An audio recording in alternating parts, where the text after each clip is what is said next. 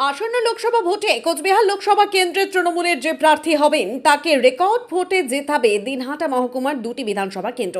এর জন্য পুরুষরা নয়, মহিলাদের সার্বিক সহযোগিতা দরকার।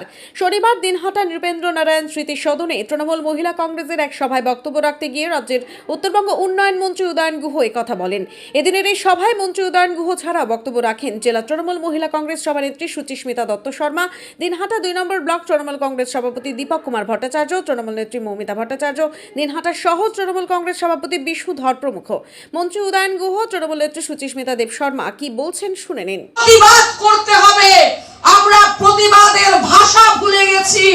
সেদিন দিনহাটা থানায় যারা কয়েকজন মহিলা তারা এখানে এসে অশালীন আচরণ করলেন, বিভিন্ন জায়গায় তারা 5টা মহিলা গিয়ে তারা লাফালাফি ঝাপাঝাপি শুরু করে, আর আমাদের এখানে 5000।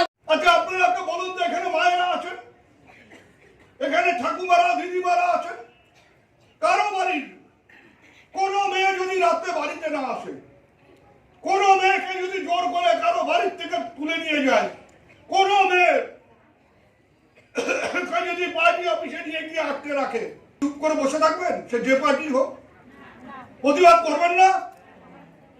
বিশেষ করে আজকে মোবাইলের যুগ, আপনি যদি থানায় যেতে ভয় পান, আপনি মোবাইলে ফোন করে আত্মীয় বন্ধু পরিচিত জন অন্য পার্টির নেতাদের বলবেন যে ওই পার্টির নেতারা আমার মেয়েকে ধরে নিয়ে গেছে, আমার নাতিকে ধরে নাতনিকে ধরে নিয়ে গেছে, অবিলম্বে এর বিরুদ্ধে রুখে দাঁড়ান। কোথাও কোনো প্রতিবাদ নেই, কেউ কিছু বললো না। সেদিন দেখছিলাম এবিপি আনন্দে এক মহিলা মুখ ঢেকে একেবারে শুধু চোখটুকু খোলা, সেখানে বসে বলছে আমরা দল বেঁধে, আমিও তৃণমূল কংগ্রেস করি, আমরা দল বেঁধে পার্টি অফিসে গিয়েছিলাম।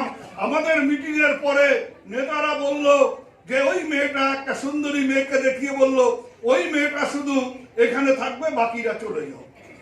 এবার আমার যদি, আপনার যদি হতো, আমার যদি হতো, ওই মেয়েটাকে রেখে তোমরা চলে যাও, আপনারা রুখে দাঁড়িয়ে বলতেন না যে কেন ও একা থাকবে, কেন আমরা যদি থাকতে হয় তাহলে আমরা সবাই থাকবো, নাহলে আমরা কেউ এখানে থাকবো না, এটা বলতেন না আপনারা? তাহলে ওই মেয়েটা কেন বললো না? বললো গল্প কি, পরের দিন সকালবেলা ফুল তুলতে বেরিয়ে দেখে যে একটা মেয়ে মুখ ঢেকে ওই পার্টি অফিস থেকে বেরিয়ে আসছে। আচ্ছা, যে মেয়েটা রাত্রিবেলা সারা রাত পার্টি অফিসে থাকলো, যাকে আটকে রাখা হলো, তার বাড়ির লোকেরা সারা রাত একবার খোঁজ করলো না?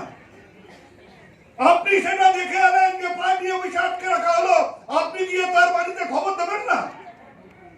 পরের দিন আপনি মুখ ঢেকে সেই মেয়েটা এসছে, আপনি তো তার মুখ খোলা অবস্থায় পার্টি অফিসে দেখেছিলেন, তার পরিচয়টা কেন আপনি তার বাড়িতে পৌঁছে দিলেন না? এ কথাগুলো আজকে আমি একই জন্য বললাম যে এরা কি কোথায় নিয়ে যেতে চাইছে। মানুষের মনে তৃণমূল সম্বন্ধে, মমতা বন্দ্যোপাধ্যায় সম্বন্ধে ভুল ধারণা তৈরি করবার জন্য একেবারে নোংরামির আশ্রয় নিয়েছে। নিরাপদ সর্দার, যিনি 2011 সাল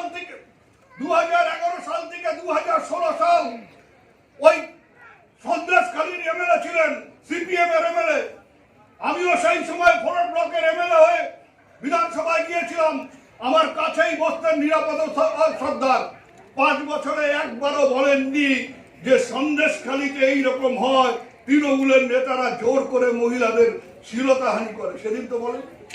সুজন চক্রবর্তী 2016 থেকে 2021 সাল বিধানসভায় ছিলেন, এমএলএ হিসেবে ছিলেন, ঢাকসাইটের হিসেবে ছিলেন, একদিনও তো বলেননি যে সন্দেশখালীর মহিলাদের ওপর তৃণমূলের নেতারা অত্যাচার করে।